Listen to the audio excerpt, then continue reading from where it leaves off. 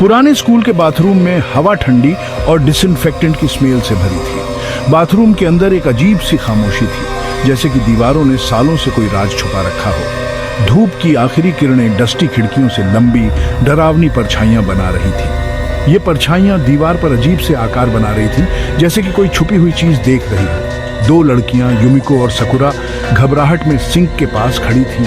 उनकी गिगल खामोशी में गूंज रही थी। उन्होंने अपने हाथ जोर से पकड़ रखे थे, जैसे कि एक दूसरे को सहारा दे रही हों।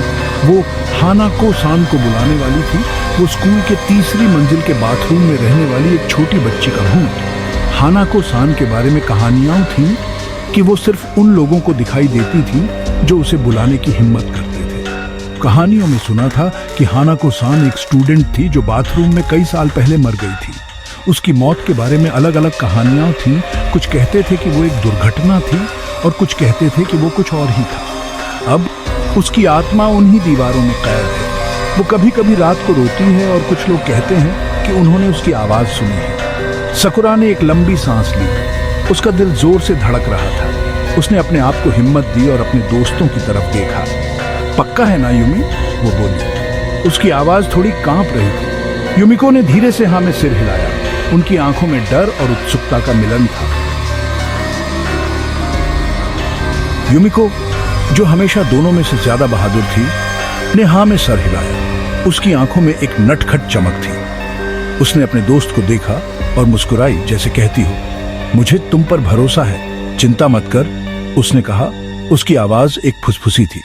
हम इससे संभाल लेंगे, बस मुझे फॉलो करो। ये बस एक कहानी है।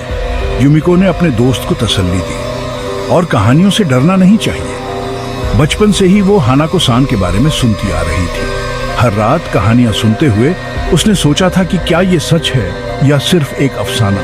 कुछ कहते थे वो हार्मलेस है और जो उसे बुलाते हैं उनकी विश पूरी करती है। युमिको ने भी कभी कभी सोचा था कि अगर वो हानाको सान को बुलाए तो क्या उसकी विश भी पूरी होगी। दूसरे कहते थे वो एक बुरी आत्मा है, बदले की भावना से भरी। ये सोचकर युमिको का दिल कभी कभी घबरा जाता था। एक लंबी सांस लेते हुए युमिको तीसरे स्टॉल की तरफ चली, जिसके बारे में कहा जाता था कि वो हानाको सान का स्टॉल है। उसने अपने आप को हिम्मत दी और आगे बढ़ी। जैसे ही वो स्टॉल के पास पहुंची, हवा और ठंडी हो गई। उसने अपने कंधे को झटका दिया, जैसे किसी अनजानी ठंडक को महसूस कर रही हो। सकुरा देख रही थी। युमिको के हर कदम के साथ उसकी घबराहट बढ़ती जा रही थी। उसने अपने हाथ जोड़ लिए और मन ही मन प्रार्थना करने लगी कि सब कुछ ठीक रहे। युमिको स्टॉल के दरवाजे के सामने रुक गई। उसका पेंट उतर रहा था और फीका पड़ गया था। हवा में एक अजीब सी एनर्जी थी, जिससे उनकी रीढ़ की हड्डी में सिहरन दौड़ रही थी। हानाको सान, युमिको ने आवाज लगाई। उसकी आवाज खामोशी में गूंज रही थी। क्या तुम यहाँ हो? खामोशी छा गई। फिर स्टॉल के अंदर से एक हल्की सी शफलिंग की आवाज आई और फिर एक धीमी भयानक ग्राउल। सकुरा के मुंह से चीख निकल गई। उसकी आंखें डर से बड़ी हो गई थी। स्टॉल का दरवाजा धीरे धीरे खुल गया। अंदर अंधेरा था। सड़ने की स्मेल बाहर आई, जिससे सकुरा को उल्टी आने लगी। सेक्शन 4 लाल आंखें।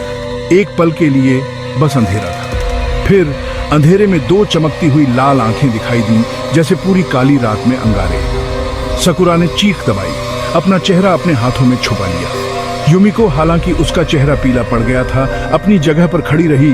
उसकी नजर उन डरावनी आंखों पर टिकी हुई थी। एक पतली तेज गिगल उनके आसपास गूंजी, जिससे उनकी रीढ़ की हड्डी में सिहरन दौड़ गई। ये एक ऐसी आवाज थी जो मासूमियत और किसी और ज्यादा खतरनाक चीज के बारे में बता रही थी। हानाको सान, युमिको ने फुसफुसाया। उसकी आवाज सुनाई मुश्किल से दे रही थी। सेक्शन 5 गायब।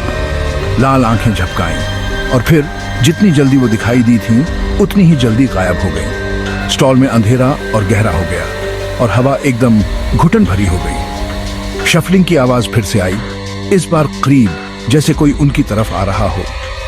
सकुरा ने हिम्मत करके अपनी उंगलियों से झांका। उसका दिल जोर से धड़क रहा था, लेकिन स्टॉल खाली था। लाल आंखों का कोई निशान नहीं था। कोई आवाज नहीं थी सिवाय उनके दिल की धड़कन की। खामोशी छा गई। हर सेकंड एक सदी जैसा लग रहा था। फिर जब टेंशन बर्दाश्त से बाहर हो गई तो स्कूल की छुट्टी की घंटी बज गई।